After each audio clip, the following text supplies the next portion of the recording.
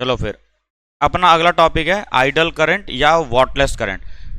Wattless या idol, देखो physics में कभी भी आइडल वर्ड दिख जाए, IDLE, इसका मतलब क्या हुआ? जीरो, एक तरीके से हम कह सकते हैं, मतलब उसके रहने न रहने का कोई फायदा नहीं है हमारा। हमने देखा था कि जो पावर हमारा बन रहा था, एवरेज पावर क्या था वो? ERMS IRMS cos फाई था। लेकिन इंडक्टिव और कैपेसिटिव सर्किट में, इंडक्टिव और कैपेसिटिव सर्किट में हम भले ही करंट को पास कर रहे थे, बट पावर कितना बन रहा था? जीरो बन रहा था।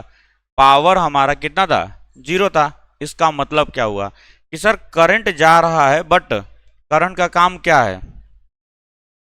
करंट का काम है पावर जनरेट करवाना, कहीं पर भी वर्क को करवाना, रेट ऑफ डूइंग वर्क ही हम पावर बोलते हैं।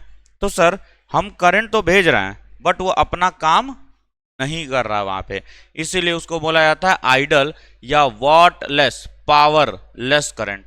पावरलेस करंट बोला जाता है। अब इसको समझो थोड़ा आराम से, होता क्या ये। हमने देखा था कि सर ये हमारा फेजर डायग्राम बना रहा हूं फिर से। इस एक्सिस पे हमने मान लो माना है आई नॉट को, तो सर इधर कहीं ई नॉट बनता था कि नहीं, और दोनों के बीच में एंगल का डिफरेंस कितना था? फाई था। ये हम लोग पढ़े हैं, ये हम लोग देखे थे कि जब भी मैं किसी भी LCR circuit, series LCR circuit में E equals E naught sine omega T plus phi का अगर मैं वोल्टेज देता हूं, तो वहां पे करंट क्या बनता है? I equals I not sine omega T, ये बनता था। सर करंट को जरा रिजॉल्व कर लेते हैं, करंट को हम लोग रिजॉल्व करते हैं समझने के लिए थोड़ा सा। फिलहाल मैं क्या कर रहा हूं, आरएमएस वैल्यू लेकर के चल रहा हूं। ये तो हमारी मैक्सिमम वैल्यू है, मैं जब रिजॉल्व करूंगा तो आरएमएस वैल्यू लेकर के चल रहा हूं मैं। तो यहां पर भी आरएमएस रख लेते हैं, यहां भी आरएमएस सपोज कर लो। मैं इसको जब रिजॉल्व करूंगा तो एक कंपोनेंट इधर की तरफ आएगा और एक कंपोनेंट इससे परपेंडिकुलर जाएगा कि नहीं जाएगा? बोलो। इस आई का एक कंपोनेंट इधर आएगा जिसको हम बोलेंगे आई आरएमएस कॉस फाई, होगा कि नहीं? बोलो। क्योंकि वेक्टर को एंगल की तरफ जब हम ले जाते हैं तो कॉस का कंपोनेंट आता है, और परपेंडिकुलर ले जाते हैं तो साइन का कंपोनेंट आता है। ये बात सबको पता है। और ये एंगल कितना होगा? 90 डिग्री होगा। दो कंपोनेंट्स के बीच में 90 डिग्री का एंगल बनता है, ये बात भी हमको पता है। ठीक है। अब यहां अगर तुम ध्यान से देख रहे होगे सर, तो I R M S cos phi वाला जो कंपोनेंट है, करंट का ये वाला जो कंपोनेंट है, is parallel to E R M S, है कि नहीं है? सेम डायरेक्शन में तो पैरेलल होता है कि नहीं होता है? और ये वाला जो कंपोनेंट है I R M S sine phi is perpendicular to E R M S, मतलब यहां पे थीटा कितना बन रहा है? 0 डिग्री, और यहां बन रहा है थीटा 90 डिग्री। पावर, पावर क्या है हमारा? एक स्केलर क्वांटिटी होती है, मींस डॉट प्रोडक्ट हम लोग लेते हैं। तो पावर में इस केस के लिए अगर निकालूं, तो पावर हम लोग बचपन से पढ़ के क्या हुए हैं, क्या होगा?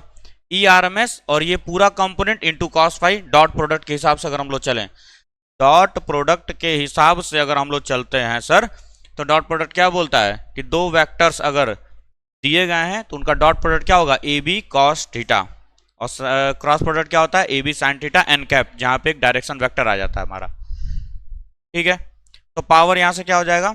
ई R M S I R M S cos phi होगा कि नहीं होगा? पूरा पूरा ये करंट होगा, और दोनों के बीच में एंगल कितना बन रहा है? Cos 0 degree. और इसके लिए अगर मैं पावर निकालना चाहता हूं तो क्या आएगा? E R M S sine phi हो जाएगा, और कॉस 90 डिग्री हो जाएगा sir, cos 90 degree. Further simplify करेंगे तो क्या आएगा? E R M S I R M S cos phi. क्यों? क्योंकि कॉस 0 कितना हो जाता है? 1 हो जाता है, और कॉस 90 0 से किसी का भी मल्टीप्लाई करोगे सर क्या आएगा? 0 आएगा। इसका मतलब क्या हुआ? इसका मतलब क्या हुआ कि सर करंट में दो कंपोनेंट होते हैं, करंट के अंदर दो कंपोनेंट होते हैं, एक होता है कॉस का कंपोनेंट, एक होता है साइन का कंपोनेंट। जो साइन का कंपोनेंट है वो कोई भी पावर जनरेट नहीं करता है, सिर्फ पावर जनरेशन किससे होता है? कॉस वाले कंपोनेंट से। जो कॉस वाला कंपोनेंट है सिर्फ वो पावर को हमारा जनरेट करता है।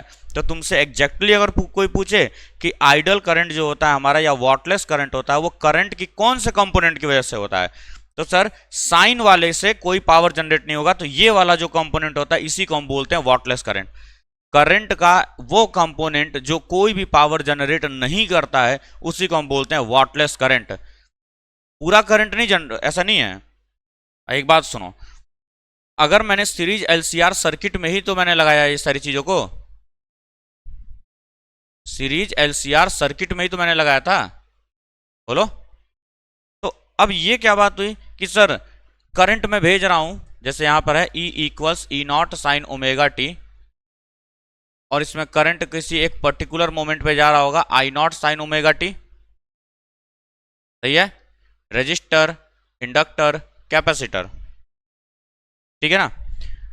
मैं सेम वोल्टेज पर, सेम ईएमएफ पे, सेम करंट में तीनों से पास करवा रहा हूं। रजिस्टर पावर दे रहा है, इंडक्टर और कैपेसिटर नहीं दे रहा है। तो अगर टोटल करंट हमारा वॉटलेस होता तो रजिस्टर से पावर नहीं मिलता हमको। अगर आई, ये पूरा का पूरा आई अगर पावर जनरेट नहीं कर रहा होता, अगर मैं इसको वॉटलेस करंट बोलूं, तो रजिस्टर से भी कोई पावर नहीं मिलना चाहिए क्योंकि सेम करंट पास हो रहा है कि नहीं हो रहा है। लेकिन रेजिस्टेंस दे रहा है हमको पावर, ये दोनों नहीं दे रहे हैं। इसका मतलब रेजिस्टेंस के अंदर कुछ तो थोड़ा बहुत ऐसा क्वांटिटी होगा जो रजिस्टर के साथ काम कर रहा है लेकिन इंडक्टर और कैपेसिटर के साथ काम नहीं कर रहा है। वही वाला हम लोग कंपोनेंट निकाले हैं कि सर पूरा करंट जीरो नहीं होता है। पूरा करंट ऐसा नहीं है कि पावर जनरेट नहीं करेगा। करंट का कॉस वाला कंपोनेंट पावर जनरेट करता है जिसकी वजह से रेजिस्टेंस में पावर जनरेट होता है, जिसकी वजह से रेजिस्टेंस में पावर जनरेट होगा। क्योंकि हम लोग रेजिस्टेंस के केस में भी जानते हैं थीटा कितना बनता है, 0 डिग्री, क्योंकि रेजिस्टेंस में ईएमएफ और करंट दोनों आपस में कितना सेम फेज में होते हैं, 0 डिग्री बनाते हैं। बट इंडक्टर और कैपेसिटर के केस में 90 डिग्री बनता है कि नहीं, लीड करता है, लैग करता है, ये कहानी हम लोग पढ़ चुके हैं। तो इसका मतलब ये हुआ कि सर कंपोनेंट का सिर्फ साइन वाला जो कंपोनेंट है, करंट का सिर्फ साइन वाला जो कंपोनेंट है वो कोई पावर जनरेट नहीं करता है, कॉस वाला करेगा, कॉस वाला करेगा। समझ में आ रही है ना बात, कि अगर सेम करंट को मैं भेज रहा हूं, यहां पे हमें पावर दिख रहा है, यहां पावर नहीं दिख रहा है, इसका मतलब उसके अंदर कुछ ऐसी प्रॉपर्टी होगी जो इसके साथ तो काम कर रहा है, इन दोनों साथ काम नहीं कर रहा है। इसीलिए मैंने इसको सिंप्लीफाई करके तोड़ करके देखा। तो करंट का साइन कंपोनेंट कोई पावर जनरेट नहीं करता है, इसीलिए I R M S sine phi को हम लोग क्या बोलते हैं, वॉट लेस करंट बोलते हैं। तो वो I R M S cos phi को क्या बोलेंगे फिर, वॉट फुल करंट बोलते हैं हम। क्या बोलते हैं, वॉट फुल। देखो I R M S cos phi को हम लोग बोलते हैं wattful current. Wattful current मतलब पावर बनाएगा। और I R M S sine phi को हम लोग क्या बोलते हैं सर, वॉट लेस करंट बोलते हैं, वॉट लेस करंट। एग्जाम में, बोर्ड वगैरह में या फिर कॉम्पिटेटिव एग्जामिनेशन में ये चीज पूछा जाता है कि वॉटफुल करंट क्या है, या करंट का कौन सा कंपोनेंट पावर जनरेट करता है और कौन सा कंपोनेंट पावर जनरेट नहीं करता है। बात समझ में आ गई होगी इतनी, अब लिख लिया जाए थोड़ा। तो अगला टॉपिक है हमारा एसी ट्रांसफार्मर। एसी ट्रांसफार्मर का मतलब क्या हुआ, और ये इंपॉर्टेंट है, बोर्ड में देखो बताया भी गया है, जितने भी डिवाइसेज होते हैं उनमें से एक जरूर पूछता है, एक या दो जरूर पूछेगा। जैसे जनरेटर पढ़ा हमने, ठीक है, ट्रांसफार्मर पढ़ रहे हैं, कंपाउंड माइक्रोस्कोप, रेक्टिफायर, ठीक है, ये जितने भी डिवाइसेज हैं इनके बारे में बोर्ड पूछता है हमसे। वर्किंग बताओ, प्रिंसिपल बताओ, क्या होगा, सिस्टमेटिक तरीके से लिखेंगे हम। पहले देखो एसी ट्रांसफार्मर इस तरह का कोई डिवाइस होता है जहां पे ये लेमिनेटेड कोर्स होते हैं, इस तरह से कटिंग की जाती है। ये सारे के सारे क्या है, हमारे आयरन कोर है, ठीक है। आयरन का बनाया गया, क्यों, क्योंकि आयरन क्या होता है हमारा, फेरो मैग्नेटिक मटेरियल होता है। जितने भी मैग्नेटिक फील्ड बनेंगे उनको वो क्या करेगा, इजिली पास करवाएगा, रोकेगा नहीं।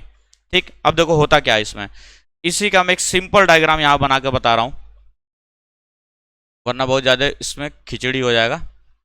ऐसा कुछ दिख रहा है ये कोर, और यहां पे कॉइलिंग की गई है, ठीक है ना, यहां पे ये कॉइलिंग की गई है, इस तरीके से कुछ कॉइलिंग की गई है।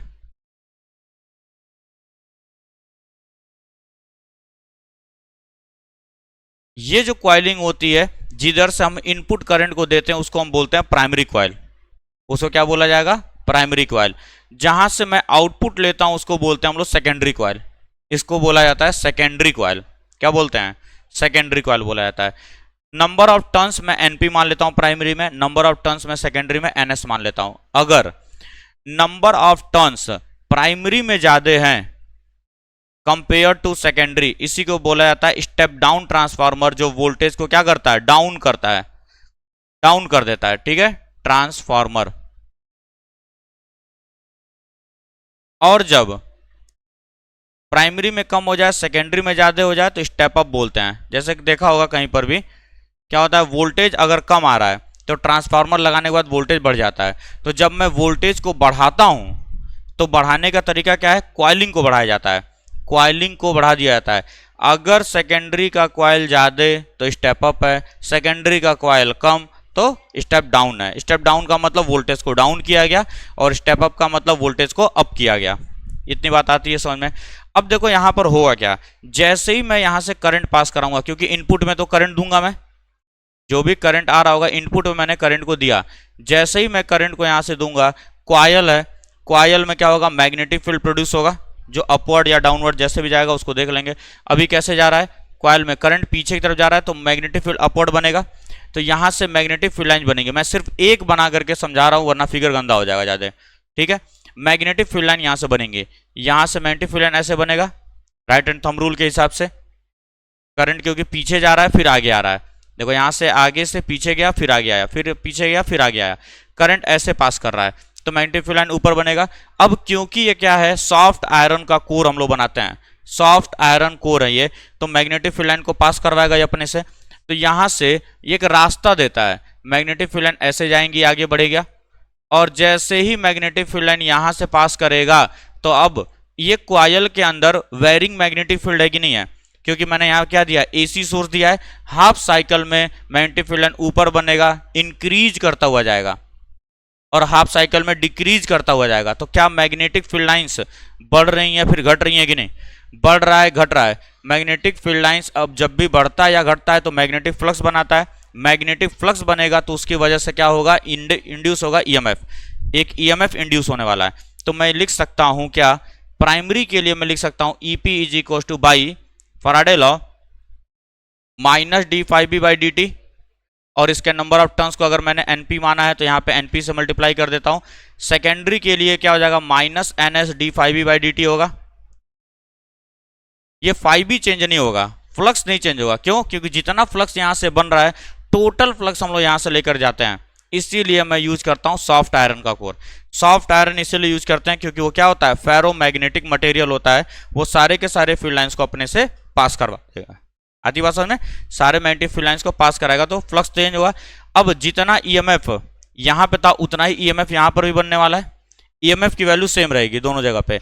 तो जैसे ही नहीं, ईएमएफ की वैल्यू को क्या करेंगे हम? इक्वेट कर रहे हैं, रेशियो लेंगे। ईएमएफ की वैल्यू सेम नहीं है, फ्लक्स की वैल्यू सेम है, फ्लक्स की वैल्यू सेम है, ईएमएफ सेम नहीं है। ईएमएफ सेम नहीं है ना, यहाँ का ईएमएफ अलग है, यहाँ का ईएमएफ अलग है। अगर यहाँ ईएमएफ ज्यादा हुआ तो स्टेप अप ट्रांसफार्मर, और अगर कम हो गया तो स्टेप डाउन ट्रांसफार्मर। ठीक है, अब मैं इन दोनों का रेशियो अगर लेता हूं, इक्वेशन 1 मानते हैं इसको, इक्वेशन 2 मानते हैं, दोनों का जैसे ही रेशियो लिया जाएगा तो क्या हो जाएगा? ये एनपी बाई एनएस आ जाएगा, पहला इक्वेशन। इस पे बहुत ही सिंपल क्वेश्चन आता है। ठीक है, अब हमको पता है कि सर पावर जितना यहां जनरेट होगा वही इतना यहां भी होगा, ये पावर तो कांस्टेंट रहता है। ईएमएफ बढ़ेगा तो करंट अपने आप को घटा लेगा, लेकिन पावर की वैल्यू को सेम रखेगा। पावर का फॉर्मूला क्या होता है? ईपी आईपी लिख सकता हूं मैं। पावर हमारा क्या होता है? V इंटू आई होता है कि नहीं? तो V की जगह मैं E लिख सकता हूं। पावर क्योंकि सेम रहने वाला है। अरे energy can neither be created not be destroyed, energy कभी डिस्ट्रॉय नहीं किया जा सकता है। हाँ, लेकिन एक बात याद रखना, 100% एनर्जी यहाँ नहीं जाती है क्योंकि कुछ लॉसेज होते हैं ट्रांसफार्मर में, कुछ लॉसेज होते हैं। लेकिन अभी मैं पढ़ रहा हूं तो मैं आइडियल ट्रांसफार्मर मान के चल रहा हूं इसको। ठीक है, जब आइडियल नहीं होगा तो एफिशिएंसी आता है power output by power input, उसको भी हम लोग देखेंगे, न्यूमेरिकल में उसको देखा जाएगा। ठीक है, लेकिन अभी मैं मान के चल रहा हूं कि एफिशिएंसी क्या है इसकी? 100% है। एफिशिएंसी 100% है। जब नहीं होगा तो क्या होगा उसको भी देख लेंगे। जब एफिशिएंसी 100% है तो एफिशिएंसी का फॉर्मूला होता है बाबू, एफिशिएंसी 100% का मतलब 1, एफिशिएंसी का मतलब होता है power output by power input. ये 1 हो गया। तो यहां से क्या मिलेगा, power output by is equal to power input. Power का फॉर्मूला ई, तो मैं ई एस आई एस लिख देता हूं और is equal to E P I P लिख सकता हूं कि नहीं। यहां से मुझे मिलेगा E P by E S का रेशियो क्या मिलेगा, I S by I P मिलेगा कि नहीं मिलेगा। ये इक्वेशन नंबर 4। इस दोनों इक्वेशन को ध्यान से देखो, E P by I S N P by N S के बराबर है और I S by I P के बराबर है। तीनों को मैं इक्वेट कर सकता हूं। तो अगर हमारा ट्रांसफार्मर 100% एफिशिएंट है, if efficiency is equal to 100%, मैं क्या लिख सकता हूं, E P by E S is equal to N P by N S is equal to I S by I P. इसी पर फॉर्मूला बनता है। देखो इसमें क्या होगा, 3 क्वांटिटी दे देगा तुमको, ईपी दे देगा, ईएस दे देगा, एनएस दे देगा, बोलेगा एनपी निकालो। या हो सकता है ईपी ईएस आईपी दे दे, आईएस बोले निकालने के लिए। 3 देगा, चौथा निकलवाएगा तुमसे। ठीक, सपोज करो एफिशिएंसी 100% नहीं होती, तो अगर एफिशिएंसी 100% नहीं है, एफिशिएंसी नॉट इक्वल टू 100%, अगर एफिशिएंसी 100% नहीं है तो क्या होगा, power output by power input is equal to efficiency होता है। तो मैं क्या लिख सकता हूं यहां से, E S I S upon में E P I P is equal to eta efficiency. तो यहां से E P by I S का रेशियो कितना आ जाएगा, इसको उल्टा कर लें अगर हम लोग, तो ई पी बाई आई एस का रेशियो कितना आएगा, या E S by E P का रेशियो निकाल लेता हूं मैं, क्या हो जाएगा, I P by I S हो जाएगा। ठीक है, इसका अगर रेसिप्रोकल लेकर के इनसे इक्वेट कर दोगे तो आंसर निकल करके आ जाएगा कि नहीं आ जाएगा। तो अगर एफिशिएंसी 100% नहीं है तो एफिशिएंसी को कंसीडर करेंगे, और अगर एफिशिएंसी दिया गया है, अगर एफिशिएंसी 100% दिया गया है, जब तक क्वेश्चन में बोलेगा नहीं तब तक तुम एफिशिएंसी को लेना भी मत। अगर क्वेश्चन में बोला नहीं है कि एफिशिएंसी 80% है, 90% है, तो हमेशा क्या लेके चलोगे तुम, 100% लेके चलोगे। दूसरी चीज, अगर आइडियल ट्रांसफार्मर लिख दिया है, आइडियल ट्रांसफार्मर अगर लिख दिया गया है तो भी क्या लेके चलेंगे हम, 100% लेके चलेंगे। आइडियल ट्रांसफार्मर लिया है तो भी 100% लेके चलेंगे, कुछ नहीं लिखा है तो भी हम लोग 100% ही लेकर के चलते हैं।